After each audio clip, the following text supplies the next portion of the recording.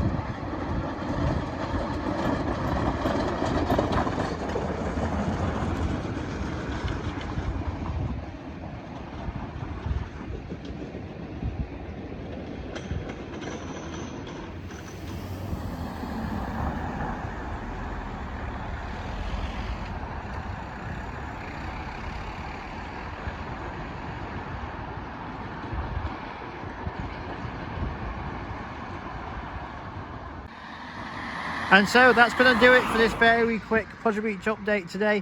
Just a Nickelodeon Streak testing video.